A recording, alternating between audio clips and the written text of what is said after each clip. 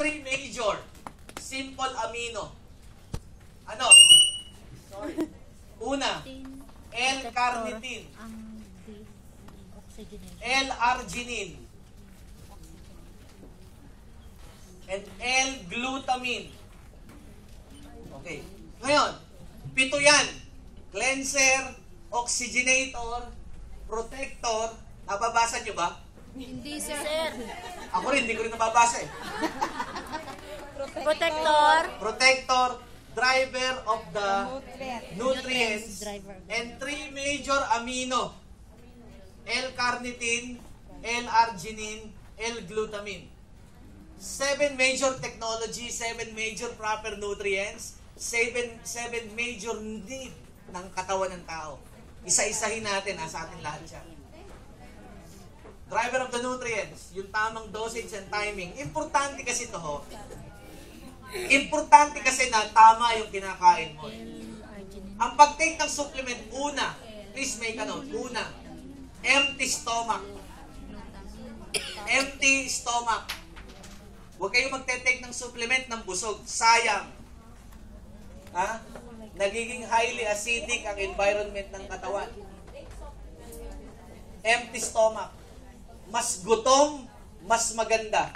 Yan ang katunayan na tayo ay natural. Kasi ang gamot, hindi pwedeng i-take ng empty stomach. Sasakitan dyan mo. Ang supplement, it should be empty stomach. Pangalawa, dapat hydrated ka. Huwag yung tipong kulang ka sa water. Magko-constipate.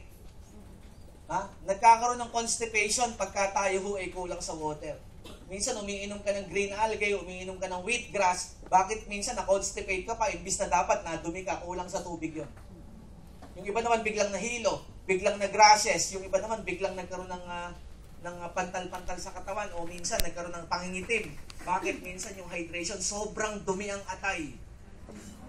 Sobrang dumi ang atay. Para maiwasan natin yung tinatawag natin hyper-delayed reaction. Hyper-delayed reaction, kinakailangan natin ng proper hydration and empty stomach. Okay? At kailangan din ho natin ang tinatawag natin na timing. Importante ang oras ng pag-inom.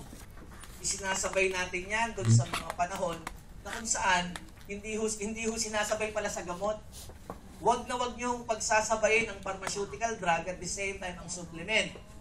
Halimbawa, umiinom ka ng Calciblock, umiinom ka ng Diamicron, umiinom ka ng gamot para sa hika, umiinom ka ng gamot para sa tuberculosis, umiinom ka ng maintenance. Huwag mong pagsasabayin yun. Let's say, umiinom ka ng Crypto at the same time, umiinom ka ng Calciblock, baka mag-palpitate.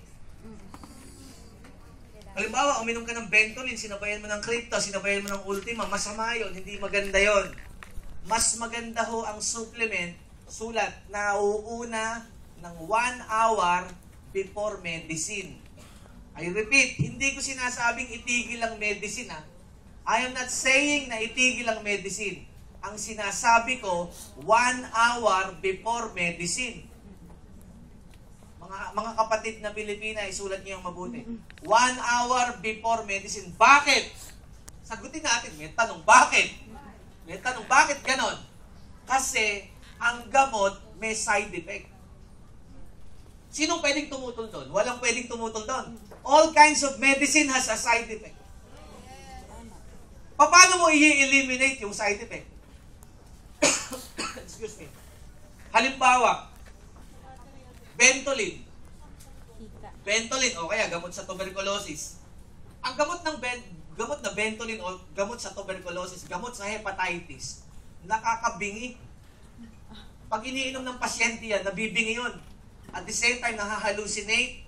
Imagine mo, 9 na buwan mong iinumin yung gamot, nabingi ka. Bakit? Ang taas ng dosage, 4 na klase ng gamot yun. Iniinom ng isang taong may tuberculosis. Nabibingi yun habang nagagamot. Subukan mong pag-cleansingin 1 hour before medicine. Yung side effect ng gamot, hindi magmamanifest. Bakit? Ang supplement, please make a note, merong cell and organ support. Cell and organ support. Ang medicine, Ang medicine, nag-i-stop ng process. Yan ang kaibahan. Ang gamot, nagpapastop ng proseso. Ang supplement, meron siyang cell and organ support. Kaya dapat po tayo na uuna ng 1 hour. I repeat, dapat empty stomach, hydrated, okay? And 1 hour before medicine, kung nagme-medicine. I hope naiintindihan nyo. Wala ho tayong karapatang magpahinto ng gamot ng pasyente. Doktor ang may karapatan. At ipahihinto naman ng doktor yon pag nakikita niyang tumataas na immune system ng pasyente. Kaya huwag kayong magsasabi nung ihinto mo na yan, ito na lang inumin mo, huwag ganon. Ang sabihin mo, isabay mo to para hindi nasisira yung ilan sa mga internal organ mo. Kasi lahat po ng gamot, I hope naiintindihan niyo ako.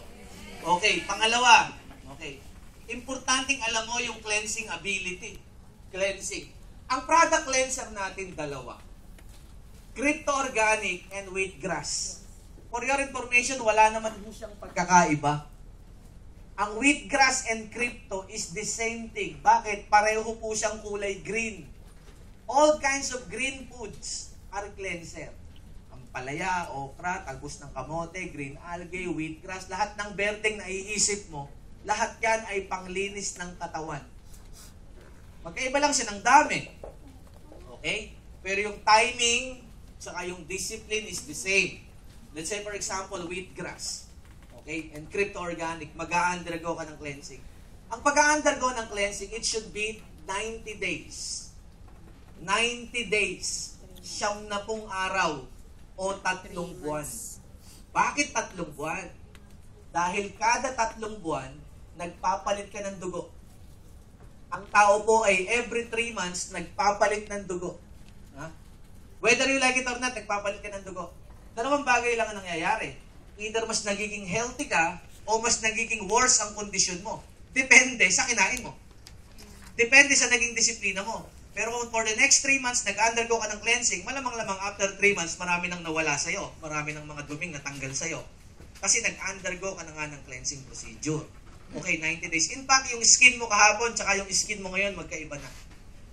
Nagpapalit ka ng balat araw-araw. Nagpapalit ka ng buto kada 3 taon. Nagpapalit ka ng muscle kada 2 taon. Nagpapalit ka ng dugo every 3 months.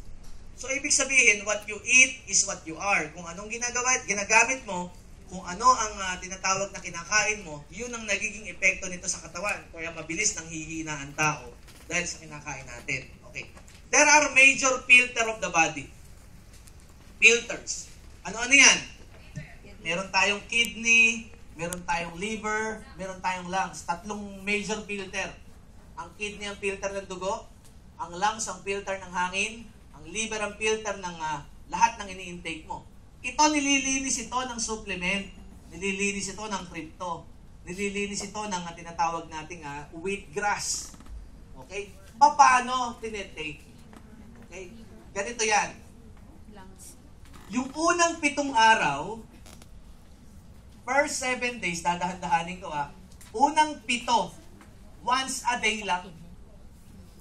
Okay? Para hindi kayo masyadong nabibigla. Once a day, isang crypto or isang wheatgrass. Bakit? Para ma-avoid natin yung hyper-delayed reaction. Unang 7 araw, 1, 2, 3, 4, 5, 6, 7.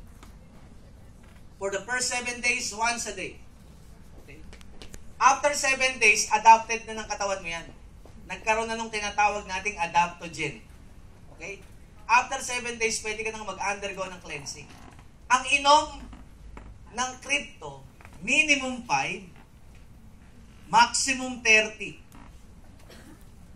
Okay? Ang wheatgrass, okay, minimum 2, maximum 6.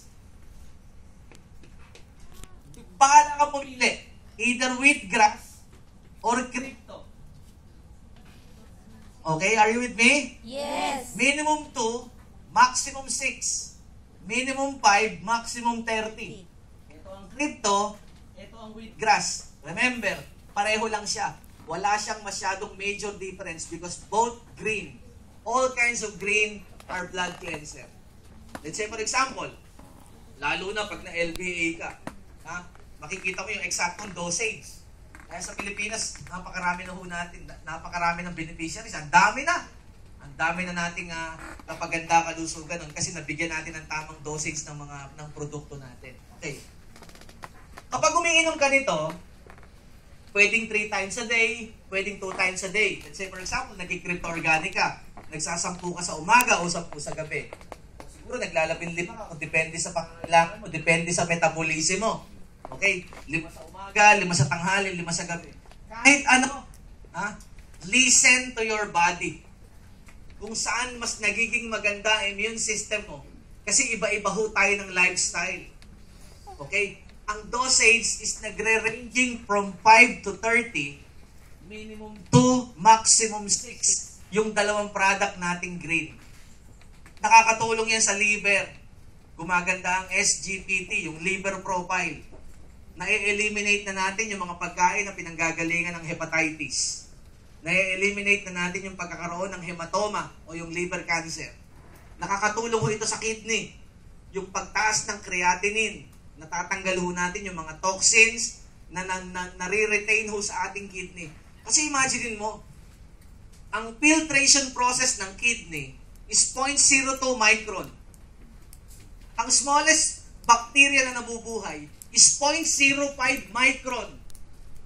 0.02 ang kidney. Kaya nga sabi ko, ang talino ng gumawa ng katawan ng tao. Even the bacteria and virus hindi makapenetrate dun sa filtration. Ano yung bumabara? Asukal, asin, betsin, mantika, kaya nasisira ang bato. Yung mga gamot na kinain mong gawa sa harina, mga harina na pinanggagalingan ng triglyceride, mga harina na bumabara sa kidney, kaya nagkakaroon ng side effects sa kidney. Pagka nag-take ka ng maraming medisina, kapag kumakain ka ng masyadong mamantika, kapag kumakain ka ng masyadong maalat, yung isang Pringles lang eh. Ang isang Pringles katumbas ng 3 kutsaritang asin. Yun lang Toblerone. Alam niyo ba yung Toblerone? Yes. Yung isang triangle nun, kailangan mo ng 2 kilometrong lakad para ma-digest. Wala, sige. Kain pa kayo chocolate. Ha? Yun lang isang large french fries, katumbas ng 200 ml of oil. Ang isang cheeseburger is 7 days bago ma-detoxify ng atay. Imagine mo yung duming pumapasok sa katawan mo, hirap na hirap i-filtrate ng kidney. Yung mantika, yung asin, yung lahat ng bagay. Tapos naninigarilyo ka pa madalas, umiinom ka pa ng alak, puyat ka pa, stress. Sama-sama na sa katawan mo yan. Kanya, after a while, after a couple of years, nakaipon ka ng sakit. 2 kilometers. Hindi ka naman nag-undergo ng cleansing. Tama ba? Yun ang sinasabi ko eh. Paano tayo makaka-eliminate ng disease? Eh, ang disease, hindi, yung iba nga sinasabi nila, bakit nung uminom ako niya, sumasakit ang tiyan ko? Matagal ka nang may sakit sa tiyan. Bakit nung ininom ko yan, bakit na-ulcer ako? Matagal na yan. Hindi naman what you call this, hindi naman nade-develop ang sakit ng overnight. It's minimum 3 months. Depende, lalo na pag lifestyle disease, hindi yan overnight, hindi yan 1 week, 3 months. Yan yun. Kanya nga, importanteng naiintindihan nyo ito para mas maipaglalaban mo. Makikita mo na yung epekto ng produkto mo talagang gumagana. Kasi, imagine mo yun, biglang merong magre-react sa katawan, lalo na pag sobrang dumi ang atay. Napakainam nito sa may hika, emphysema, asthma, tuberculosis, sumusuka ng plema. Pag hindi niya maisuka, dinudumi mo. Kanya nga importanteng may hydration para nagkakaroon ng tinatawag nating lubrication. Ha? Nalulubricate, ha? Dumudulas, lumalabas ng kusa. Nagkakaroon ng proseso, ng natural process na ine-expel ng katawan mo yung toxin kasi meron kang proseso ng tinatawag nating saponin. Saponin. The word is saponin. Parang nasasabon, nalilinis gusto ng supplement, ng nutrients, yung loob ng katawan mo. Tapos lalagyan mo ng proper hydration to lignate para malignite, ma-eliminate, ma-expel lahat ng toxin. Kaya nga pagka umiinom ka ng crypto or wheatgrass, minsan ang dumi mo, parang sebo. Minsan ang ihi mo, brown. Minsan, pag sa umaga, naupo ka ng konti, lumalabas ang phlegm. Yung irregular menstruation, yung unang buwan na nag-regular, talagang malagkit. para siyang gulaman. Bakit? May proseso ng cleansing eh. Parang yung isang pasyente ko nung nakaraan. Ayoko na niya, sumuka ako ng plema. Sabi ko, ano mo gusto mo? Itago mo yung plema mo. Power! Nakakatakot. Kulay itim, sabi niya. Mas nakakatakot, buti nga. Pero pa nga ako sa pasyente, sumasakit yung ganito niya. Ito, yung nasal cavity. 9 years siyang mananahi. Sumasakit ito. Cleansing ko yun eh. Tapos pinakain ko ng ilang mga high alkaline product na mga pagkain. After 2 weeks, meron lumabas sa ilong niya. Akala niya kulangot. Yung pala tela. Kasi pagka gumugupit siya ng tela, nasisinggot niya yung fiber ng ipon. At least guminhawa. Yung iba pag nag-isip parang, ba't ganun? Parang nagsuka ako ng plema. Sabi ko, magpasalamat ka, sumuka ka eh. Natatanggal talaga. Kaya kinakailangan nito talaga ng proseso. Kailangan kakainin mo siya ng tamang oras, ng tamang dami, ng tamang length. At the same time, meron kang tinatawag na happiness and what you call this positive thinking para at least na-absorb mo holistically. I hope naiintindihan niyo ako. Maganda sa bata. Kung may mga anak ko kayong bata, 12 years old below, painumin nyo ng crypto or wheatgrass 2 times a day, 3 times a day.